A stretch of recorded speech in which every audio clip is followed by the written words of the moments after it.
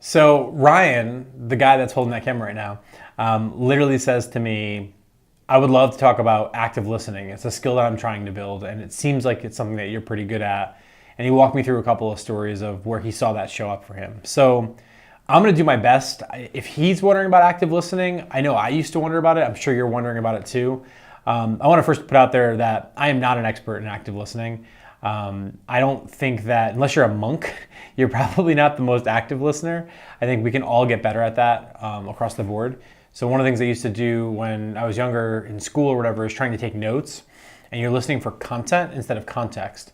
So one of the things that I try to do when I'm in a conversation with someone where I'm using active listening is I try to do what I call the four corners of conversation.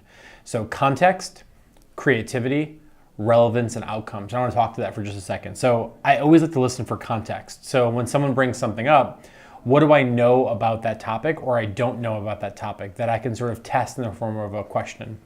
What are the outcomes of the conversation or the thing I'm listening to? Am I listening to learn for a specific thing? Am I listening to respond for a specific reason? So what are the outcomes of the conversation? And then I try to create creative connections between the different things where I can find relevance. So a good example of that is if we were talking about marketing for a coffee company, the first thing that I'm probably going to be thinking about is my experience to coffee. So I'm going to be connecting different things in the conversation that I'm having with the person. So instead of listening for the words, I'm listening for, how do they sound? How are they expressing it? What's their body language look like? Are they passionate about certain things and emphasizing certain words? Are they using more words that indicate they're a visual person? So, I'm seeing it this way and what this looks like versus I'm hearing it this way and it sounds like this, or it feels like this, or I'm feeling or touching this. So I think in order to active listen, you have to understand the origin of who you're talking to and ultimately just sort of show up in the present moment and be able to really understand the things that they're saying. So I think by no means am I like an expert in active listening, but I think that one of the things that I've done over time is I've trained my brain to remember some of those contexts or particular dots that I can then connect in a conversation. And I find that like knowledge is sort of like a quilt, right? You're always sort of connecting different patches together. And then the more you can draw upon the connections that you have with that information, the more you can start to build your own sort of mind map or mental model. So one of the things I know you wanted me to talk about was I doodle a lot in my iPad. So I use an app called Notability. I use a few apps, but I love Notability because I think it's vector-based. You can export PDFs, change colors. It's super easy.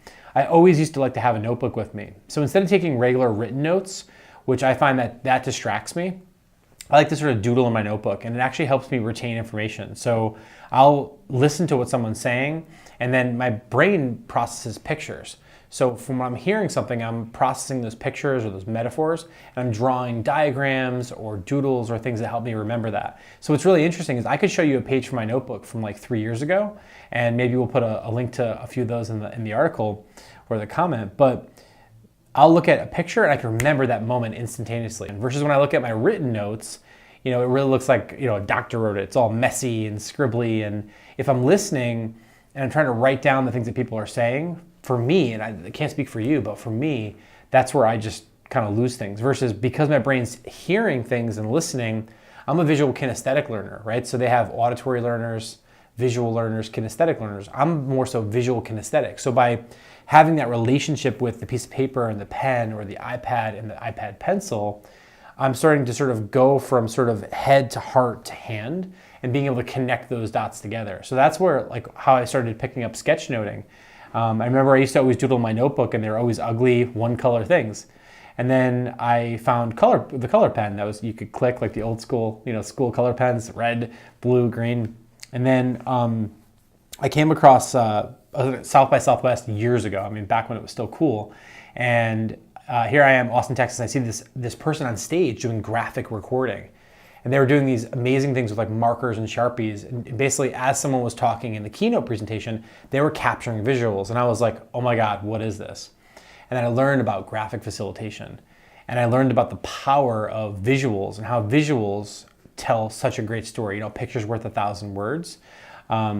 And that was where I started to really elevate or try to elevate my game of how I take notes in terms of what is the story in the conversation, who are the people in the conversation.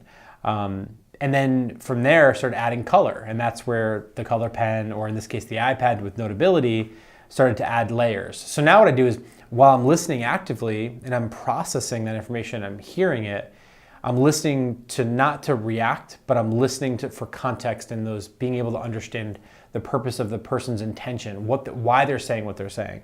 And getting to there helps me understand and start to ask questions. So Ryan, thanks for asking the question, but especially to everybody in the audience, thanks so much, guys, for tuning in. I'm having a little bit more fun every time watching these videos, thanks to your likes and comments and shares.